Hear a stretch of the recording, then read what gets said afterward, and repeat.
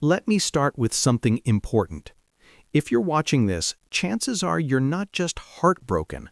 You're confused, drained, and maybe questioning yourself in ways you never did before. You don't just miss the person, you miss who you were before them. And that's the part no one really prepares you for. Because healing after a narcissistic relationship isn't like healing after a normal breakup. It's not just about letting go of someone. It's about rebuilding your sense of reality. And by the end of this video, you'll understand why healing feels so hard, what's actually happening in your mind and body, and the steps that truly help you move forward, not just survive. Stay until the end, because the final step is the one that finally breaks the emotional grip for good. First, let's name what really happened. A narcissistic relationship doesn't end, it collapses. At the beginning, you were idealized, you felt chosen, seen, special. Then slowly, things shifted. You started explaining yourself more, apologizing for things you didn't understand, walking on eggshells. And by the end, you weren't just hurting, you were doubting your own memories, feelings, and instincts. That's not weakness, that's psychological conditioning.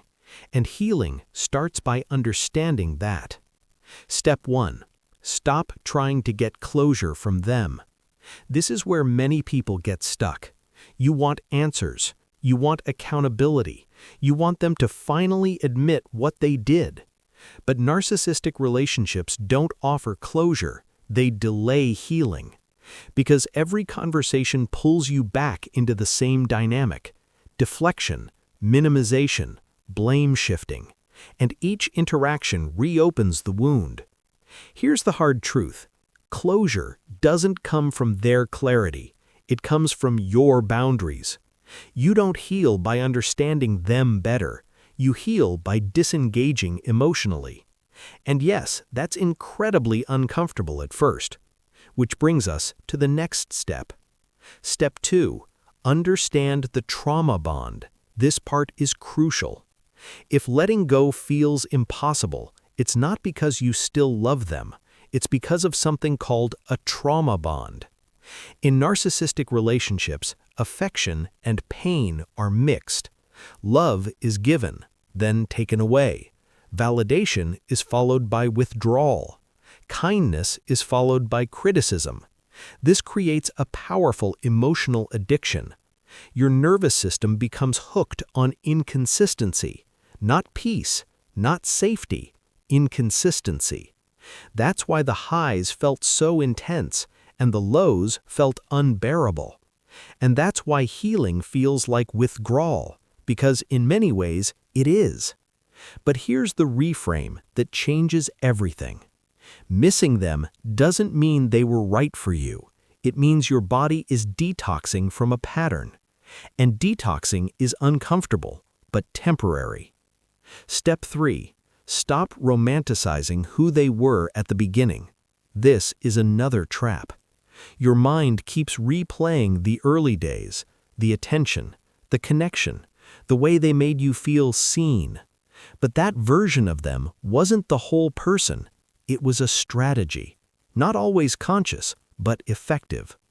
Narcissistic relationships are built on contrast. They feel intense because they swing between extremes. But consistency reveals truth.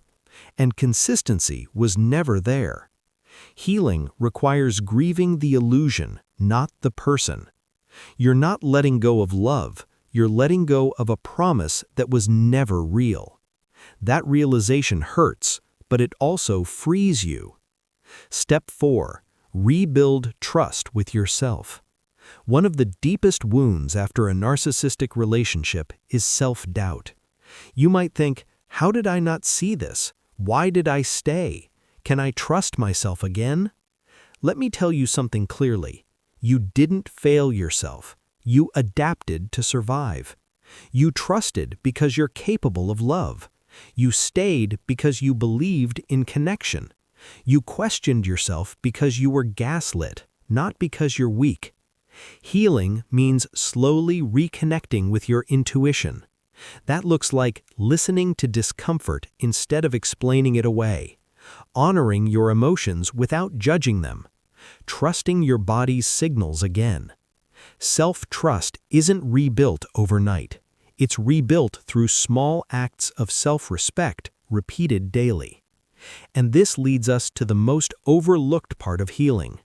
Step 5. Let go of the need to be understood. Many survivors want one thing more than anything: to be understood. To have someone say, "Yes, what you went through was real." And while validation is important, chasing understanding from the wrong people keeps you stuck.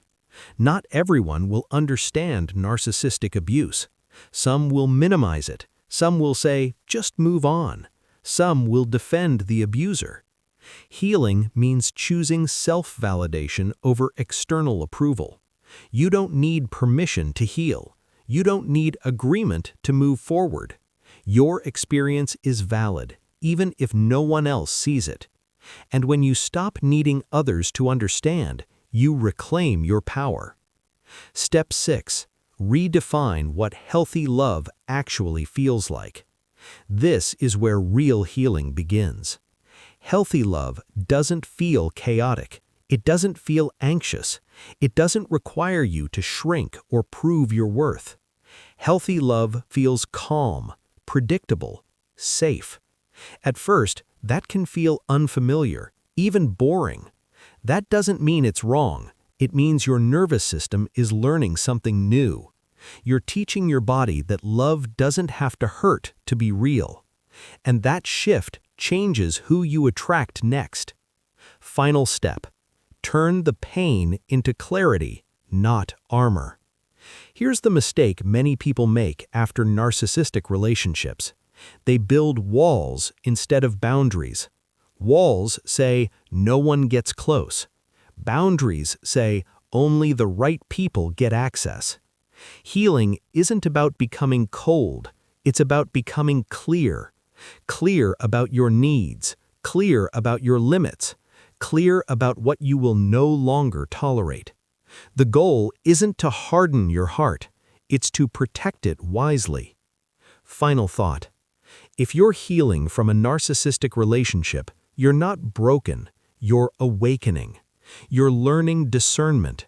You're reconnecting with yourself. You're reclaiming your reality. And one day, sooner than you think, you'll realize the relationship didn't take your power. It revealed it.